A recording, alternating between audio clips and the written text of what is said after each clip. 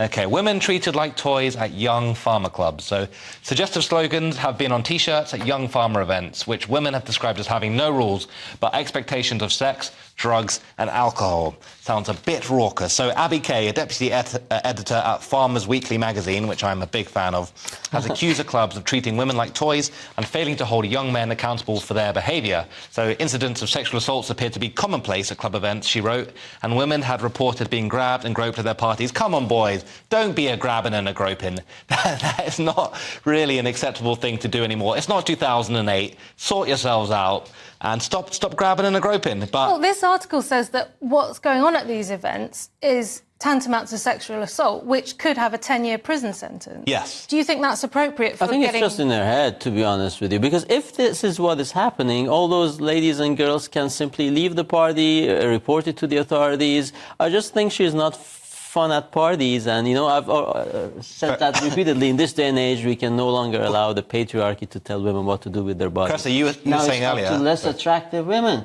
to tell other women what to do with their bodies. She's talking about girls in these parties having the word... Can we say the word slut? Well, you just did. On their arms? Say that. I mean, I apologise. It's not like she's... I apologise yes, you're right, profusely as well. But if... Yeah, it is in the article. So, I mean... They haven't been branded against their will. I mean, it might be raucous or rowdy or whatever. It might not be very classy.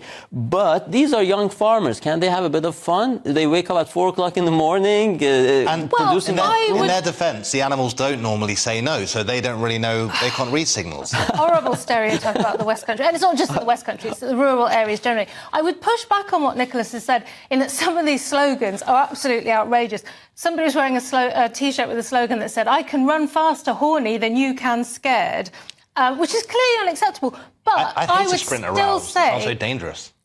You would what? I'd hate to sprint if I was aroused. That sounds horribly dangerous. But is it the farmer who is wearing that T-shirt or the lady in question? I think it's a male, but the point is that none of these things, for me, meet the threshold of needing the authorities to step in. And I personally think it's a cultural thing that should be managed privately, particularly by the women. She talks in this article about getting the organisation to step up. She says that the clubs are failing to hold young men accountable for their behaviour. Well, maybe they are, but also the women are failing to hold the men accountable. Yeah, maybe women like this kind of... I doubt that the guy in that T-shirt is going to get many dates in these parties, OK? So... Yeah. Well, that's a great point, isn't it? We often label somebody a predator when really they're a loser. That is quite common. Yeah, my FBI female body inspector T-shirt did not help at all. It was a very lonesome teenage decade. But,